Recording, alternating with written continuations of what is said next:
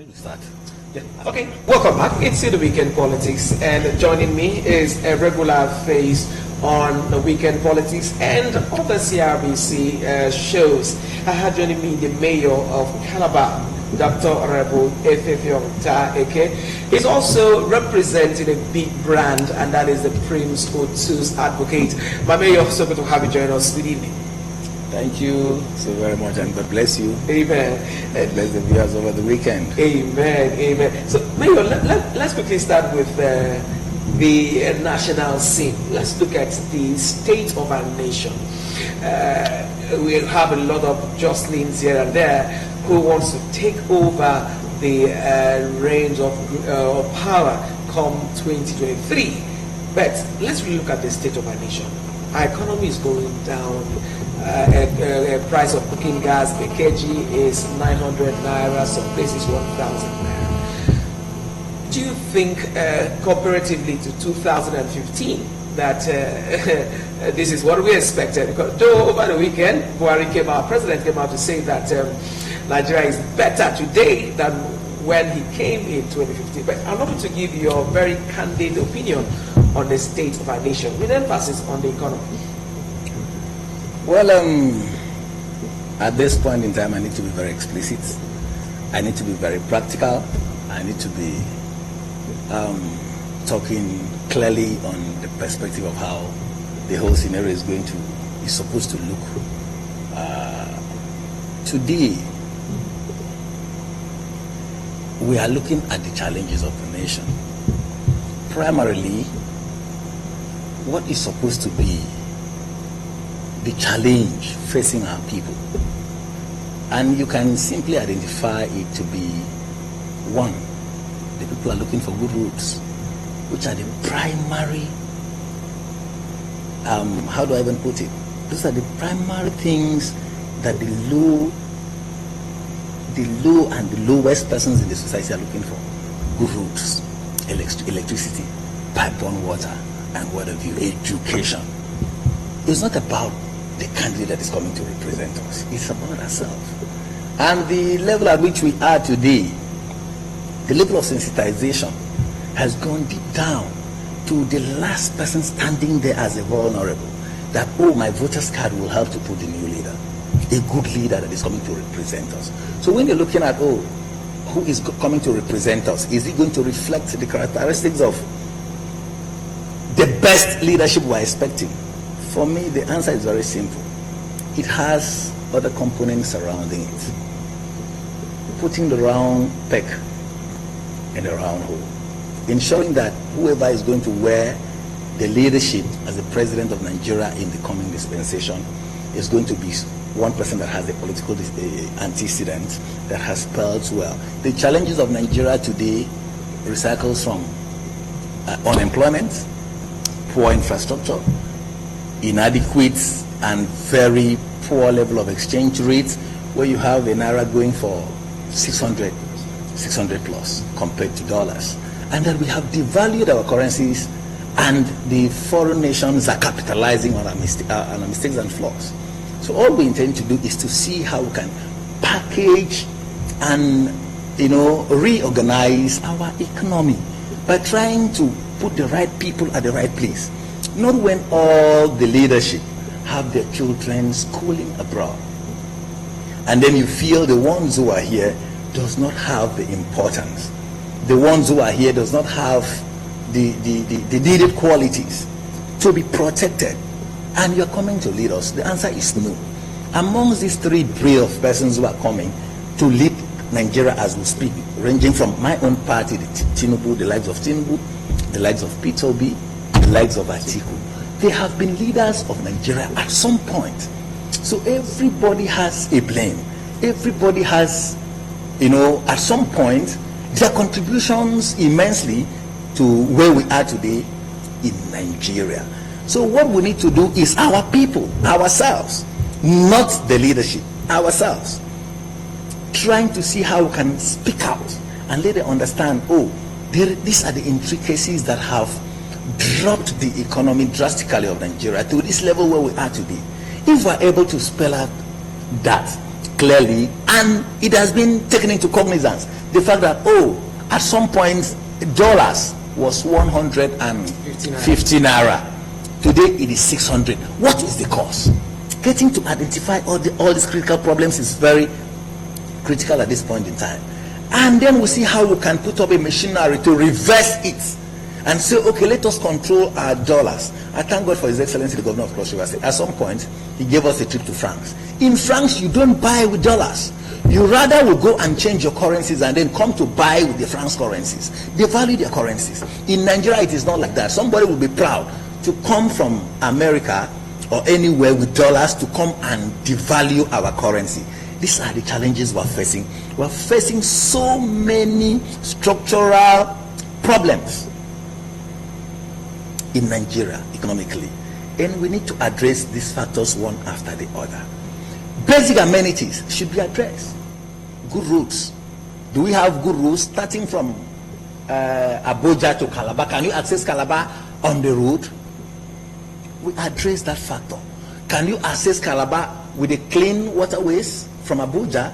Can you access Calabar from the air? Is our air transportation effective? When you build all these components put together, you can address the nation effectively.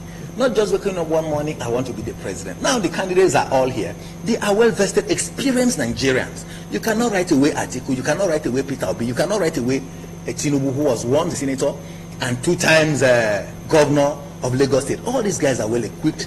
Politically, they are well-equipped in terms of experience. They can lead the country, not just wanting to do a media thing or a social media campaign or propaganda against an individual. So let us hit the nail on the head that the problem of the country is ourselves, not the president himself. So if we build this component and try much as possible to sink deep, build a strong propaganda and say this is what we need.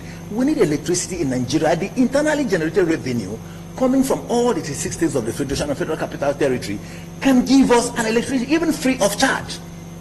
Nigeria can also come to terms to the fact that they can produce free education. Nigeria can come to terms to the fact that people can, a layman, the last man in the street, can be able to provide for himself at least a cup of gari.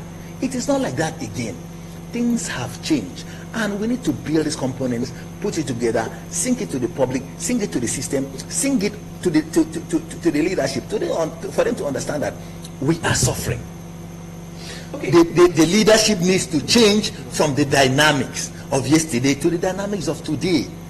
What is going to enthrone the leadership of today, the dynamic that is intending to enthrone the leadership of the next dispensation, is far more different from what enthroned the leadership of 2015 and 2019 by way of the introduction of this electoral act.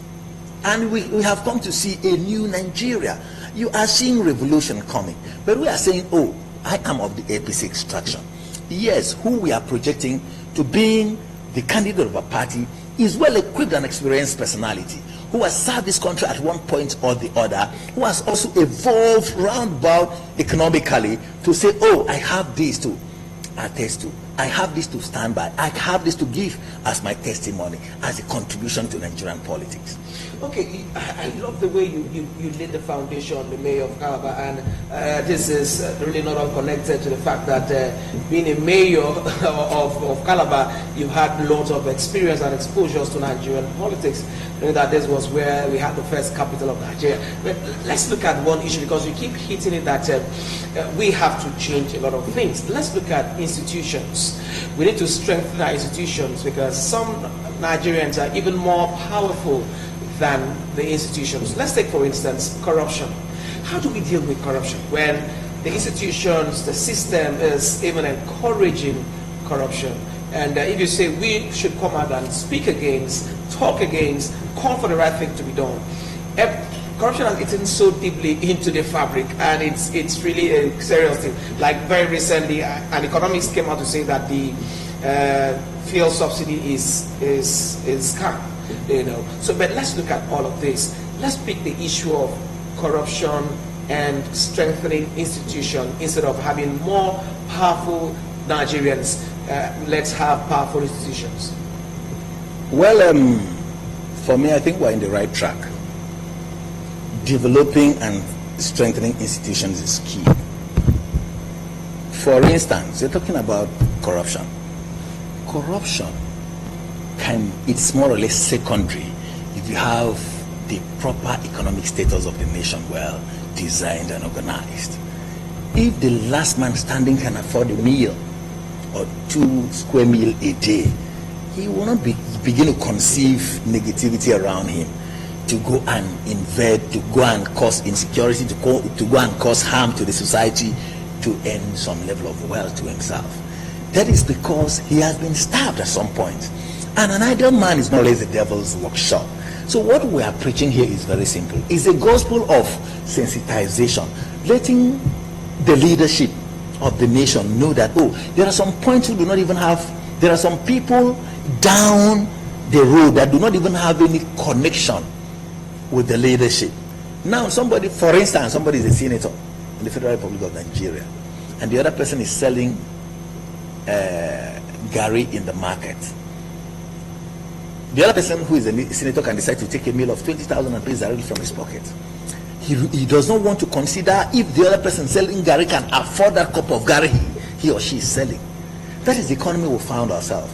And we should do everything humanly possible to connect and reorganize our economy so that the last man standing can have a provision for himself, at least a 2 or 3 square meal. That will drop drastically the level of insecurity, the level of corruption in the country. If you build the economy, reorganize it, reconstruct the economy to an extent where the last man standing in the streets do not think of going to commit suicide, do not think of going to commit havoc, do not think of going to steal, do not think of going to rob, do not think of going to kidnap, it affects directly the area of insecurity and corruption. So economy is the key. When you build on the economy, you've been able to kill to an extent insecurity. You've been able to drop drastically to an extent the level of corruption in the society. So when you see one man going to build a house and dump money, that is greed. It's born out of greed. It is not for. And what is really affecting us is the general leadership. If somebody is given an opportunity, perhaps as a chairman of local government, House of Assembly member, governor of the state, senator, you feel this opportunity will come maybe after 8 years you are gone. So what you need to do is to use that 8 years in office to build wealth for yourself that will sustain you and your family for the rest of your life. The answer to that question is very simple. If you are building for the society, you won't think of retiring after 8 years. Even if you are retiring for after 8 years, you should be able to put up legacies that you will be remembered for. Not just about yourself and your family, but about the people who gave you the mandate to go and serve them. That is the economy we're thinking about. Because if every leadership that has been put in place or voted into office by the people holds their mandate, the mandate of the people dear to himself and to the people on trust, he will go into that place and be active and ensure that, oh, I come to this place because the people voted me. You were not the best amongst others. You were given this office based on trust, and you need to go into that office and ensure that you are actually holding it on trust for the people. When all of these components have been put in place, you activate the essence of you getting to that office. I think we will have a better Nigeria, and I am very sure that by God's special grace, in 2023, we're going to have a better nation. Definitely, and that's indeed every Nigerian prayer there. But let me draw your attention to the big story on Sunday Sun. So I will just look at the candidates that Nigeria has there. Talking of the 3 major parties at the moment, the APC, the PDP, and the Labour Party. Not looking down on the NNPP, yeah, quite a strong party. But I want to draw your attention to this big story there. It was mistake making Atiku my running mate in 1999. That's coming from Obasanjo. Recycling of all politicians. Let's try to do an analysis of these 3 major candidates that the 3 parties have put out there. First and foremost, I'll come with a simple theology that says that the court is not a Father Christmas. If you don't ask, you don't get. You only get what you ask. Now, this is politics. The diversification that has actually played out. You see Tinubu coming out from APC strong. You see the Kwankwaso leaving a certain party to go and form his party, NNPP. You see the Peter Obi leaving the PDP to go and becoming the flag bearer, presidential flag bearer for Labour Party, and the Atiku, who is the flag bearer of PDP. Mention any of those four persons who have not been there from the inception of democracy in Nigeria. Yes, if you're talking about recycling, yes. But those are the people who came out to say, okay, I want this. So you give it to them. Peter Obi saw that he would not be able to make it in PDP. He left there and went to Labour Party. Today his name is ringing bell left, right and center. There is more or less like a political revolution, whether you like it or yes. And a layman will not just sit down in his comfort zone and feel, okay, somebody will come and pay me to go and vote for anybody. When the people are on media trying to charge the people to see they need to change the nation, to suit themselves. My own is very simple. These four persons have been around politically from the inception of democracy till death. So no one is best qualified than the other. All we're talking about is protecting the candidacy of your own party. I am of the APC extraction. So there is nothing that will make me talk down on my candidate of the party, because I know the candidate of my party is well equipped. He is one man that has a track record politically that is yet unbeaten in the Nigerian politics. That is sure. And if it's okay, he is not this, he is not that, he doesn't have the qualification, doesn't have this, he doesn't have that. The build up to wherever he is today is more or less a political antecedent that he has built over time. And one should be able to give consent to that. If this man had worked in so and so, he's schooled in this particular area, there is no dispute about that. He has been able to establish inputs, contributions to the Nigerian economy to this extent.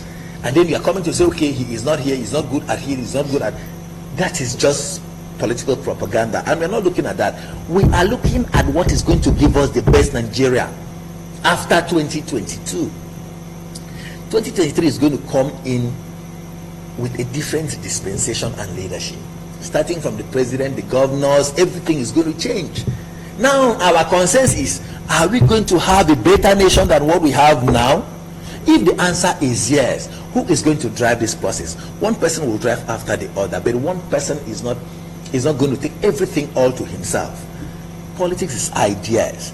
We have governors, we have ministers, we have senators, we have this put together, and the process will be driven.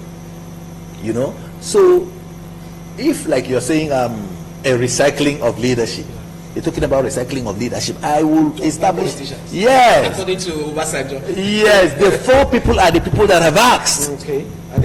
Yes, other people perhaps may have been technocrats, or the ones who feel they are not new politicians. They are new politicians, and they are not actually asking. How will you ask? You ask, within the party, and the party will give it to you. You must establish your strength. Your point is very clear, because I think you made a very good point there. If you asked and it was not given to you, you have moved to another party. That's like what Peter Obi did. Yeah. Excellent. Let's get to your. Let's pick one more national talk before we narrow it down to Cross River State. His Excellency Professor Ben Ayade, at the airport when he came back from Spain, made a statement that he has assured your party flag bearer, presidential flag bearer, Bola Ahmed Tinubu, that Cross River State will be 100% for him. You are an APC stalwart, a mayor for that matter, a stakeholder. How do you intend to achieve that? 100% for Tinubu? Yes. In the words of His Excellency the Governor of Cross River State. Politics is about proactiveness. Politics is about proactiveness. That is what I believe. And we're going into elections. We have less than 7-8 months to the general elections. And the work starts now. I know that for some time now, the governor started engaging the leadership of the party, engaging critical stakeholders, talking to them one after the other to see how we're going to win these elections. Because the elections too is very, very key and important to him as a sitting governor. He won't allow the opposition to come and take over the state. And that is why he made that statement that Tinubu is going to have Cross River State 100%. 100% is inclusive of 196 wards. It's inclusive of 25 seats in the House of Assembly. It's inclusive of the entire National Assembly, including the Senate and the House of Reps position. It's inclusive of the 18 local government chairmen of council and all of that. So we are already a sitting chairman of council, 18 of us are in the APC. None has been had ever thought of defecting. We are intact for the governor. And having a local government chairman is more or less a very reasonable advantage to a particular party.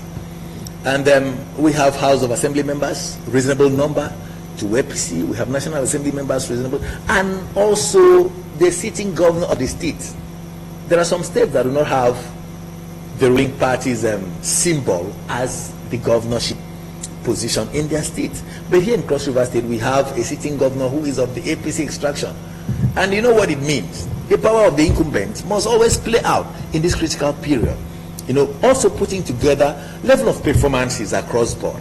The governor in his bid has tried within his bounds to ensure critical distribution of wealth from the first, second, third to the last man standing.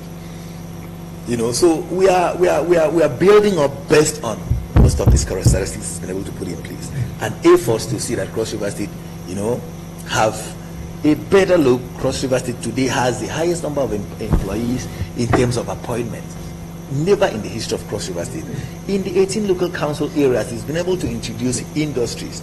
Whether those industries are working immediately or not, it is on record that peradventure tomorrow those industries, you know, goes working. It was orchestrated. It was designed. He is the architecture of that project, the architect of that project. So we need to begin to build, you know, our beliefs surrounding all of this impact the sitting governor has already created in the state. You know, so for me, I don't have a doubt about the governor delivering 100%. It has to do with the impact already created in the state, the impact already, you know, designed to drive this process. Okay, Mayor, before I let you go, and this will not be complete if I don't make you talk about the brand that you represent, Prince. I can see it on your cap, Prince Otu's Advocate. What is the latest update from the Prince, you know, ambition of becoming the next one of Cross River State? Talk to us. Prince Otu is a brand, whether you like it or yes.